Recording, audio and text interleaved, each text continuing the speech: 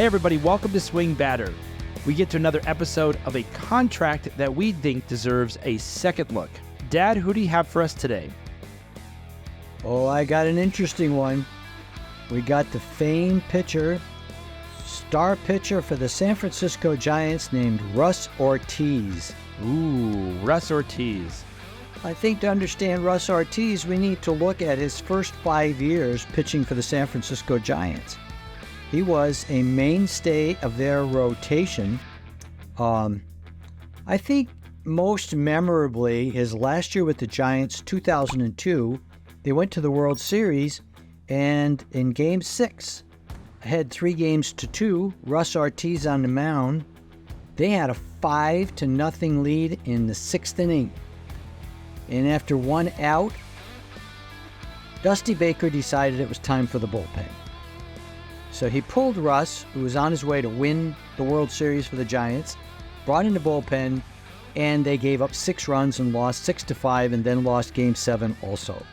So the Giants did not win the World Series, and a lot of people in San Francisco say it was Dusty's fault for pulling the great Russ Ortiz. That year, Russ Ortiz won 14 games. The year before, he won 17. And the year before that, 18. He was a pretty consistent pitcher for the San Francisco Giants. Earned run average usually in the middle to high 3s. I don't know if we could consider him an ace, but innings eater, oh my goodness. 4 straight years with the Giants of 200 innings. So he went out, did the job, saved the bullpen, and a mainstay. But after the World Series, Russ became a free agent. So the Giants lost him to the never-make-a-mistake Atlanta Braves. And with Atlanta, he won 36 games in 2 years. Wow. Again, you write up mainstay, pitched over 200 innings, ERA of around high 3s. Last year, it crept to 413, but he won 15 games. And there he was sitting out there at the age of 31. So he comes over to the Diamondbacks, 4 years, $33 million, and the same guy did not show up. Let's just talk about innings. First year, pitched 115 innings. This guy is consistently 200. The second year, he pitched 22 innings because after 6 games, the Diamondbacks gave up on him. They got him basically for 1 year and just gave up on the contract because in the second year, he was 0-5 with a 754 earned run average. Couldn't get anybody out. And so that thing blew up in the Diamondbacks' faces. So as we take this second look at this contract, one would have to wonder, what was it? Was it the Arizona food? Was it the Arizona Diamondback fan base? Or was it simply the end of Russ Ortiz? Todd? This much I do know, that the Diamondbacks weren't even the highest bidder for Russ Ortiz coming out of Atlanta. It was the Detroit Tigers who almost ended up with this flaming bag on their front doorstep.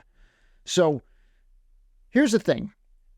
If your pitcher is over 30 years old and your pitcher's ERA is trending north and your pitcher has eaten up multiple 200-inning seasons, do not sign that pitcher to 4-year, $33 million deals.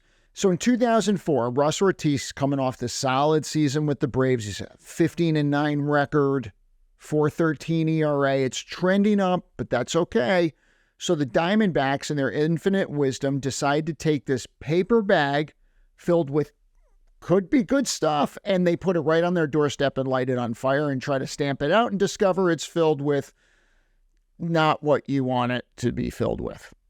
But they weren't even the highest bidders for Russ Ortiz. This is the best part. The highest bidders for Russ Ortiz in that offseason were the Detroit Tigers. Russ Ortiz goes, I'm not going to the Tigers because I want to compete for a World Series contender. So the Diamondbacks said, hey, you want to know something? It's not enough that we sign Russ Ortiz, who's over 30 years old with a rising ERA and has eaten somewhere north of 982 innings during this point of his career. Why don't we pay him $33 million over the course of 4 years? Which, inflation adjusted, opens up Scrooge McDuck's safe, lets the little duckies in. They're all playing around in the money. It's a lot of money. It's a lot of money at that time. And Dad, Brendan, you guys are Diamondback fans. This is beyond crazy, the amount of money they threw at this thing.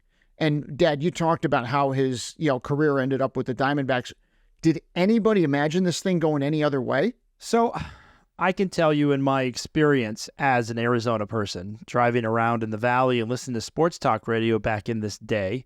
Now, the Diamondbacks are coming off of a World Series championship where they deferred and paid for it with deferred payments, or otherwise known as credit card bills, where they would pay you happily as you don't play baseball anymore so they could win a series. So they're known for doing this. So when they signed Russ Ortiz, everyone in the Valley was extremely excited.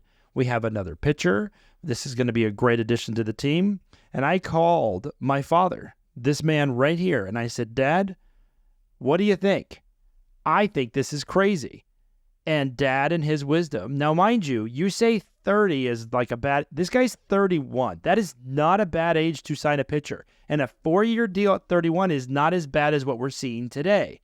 But 31, sure, there's some caution, but you don't expect the wheels to come off that quickly. But as Dad, in all of his wisdom, has clearly stated before, he was on the Braves. And the Braves don't make mistakes. So Dad says on the phone, I just said if the Braves are letting him go, he doesn't have much left. I just thought it was a bad signing because the Braves are not going to just let a guy go who's going to give him 200 innings. And in fact, they knew something Diamondbacks didn't because the guy never pitched more than 100 innings after that in his life. So he was what do you call in the car business, a lemon. He was, and we went on a nice conversation there for about 30 minutes talking about how this is a terrible signing. The Arizona fans continue to lie to themselves, as most fans do on these signings, which is why we go back and visit the moment of the signing. The best part about these signings is watch the press conferences many years later. These are fantastic. The GM's happy, the player's happy, the coach talks about how this is the cornerstone piece I needed to get us to the promised land. And Dad and I are in the back row of the press conference going, no, he's not. He likes to go to Cornerstone Bakery. That's what he likes to do. He's not the cornerstone of any rotation. So here we sit.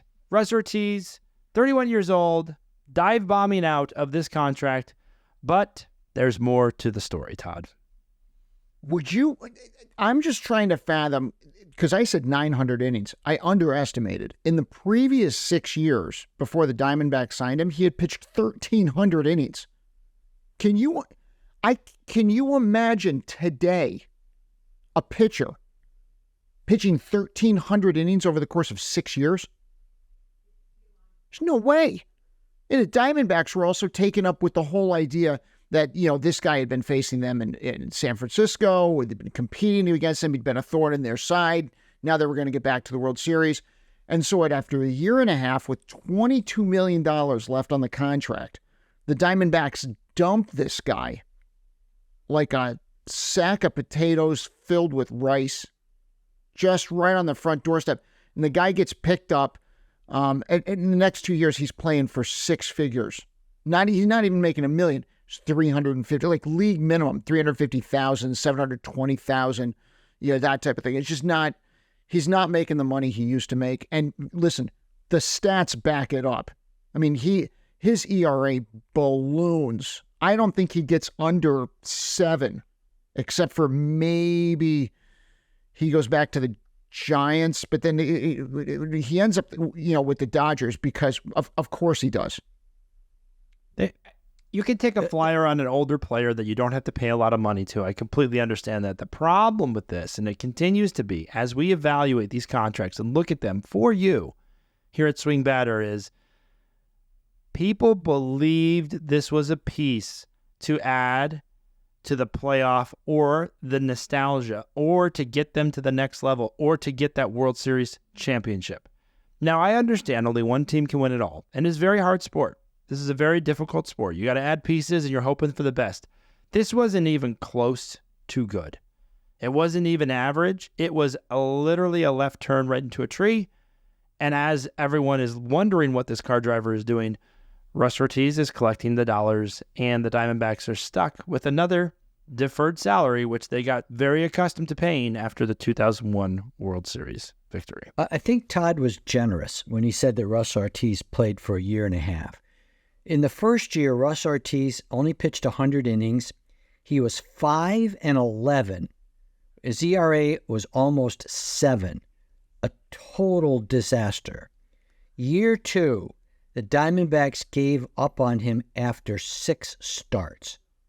I don't know how early that is in the season, the first month of the year. 6 starts, his record was already 0-5. Earned run average of 7.5. And they literally let him go. He basically pitched 1 of the 4 years for him. He didn't sign again till 2006, the next year. But the rest of his career, he won 5 games with the Diamondbacks. The rest of his career, which is 1 to 5 seasons part-time with teams, his total wins, 5. With 5 years, he won 5 games after the Diamondbacks. So the guy was cooked before he ever got to the Diamondbacks. There should be some retribution against the Braves for trading or getting rid of a guy. I don't know. Never deal with the Braves, folks. You're going to get ripped off. It's like gambling at a casino, everybody. The house always wins. They basically paid him the same as they paid Randy Johnson on his extension. Think about this. That $1 million arm, 10-cent head. That's crazy. And you know, people don't think like us. Average fan just trying to pay his bills, save enough money to go to a ball game. The Diamondbacks literally threw millions and got nothing back. Would you believe it?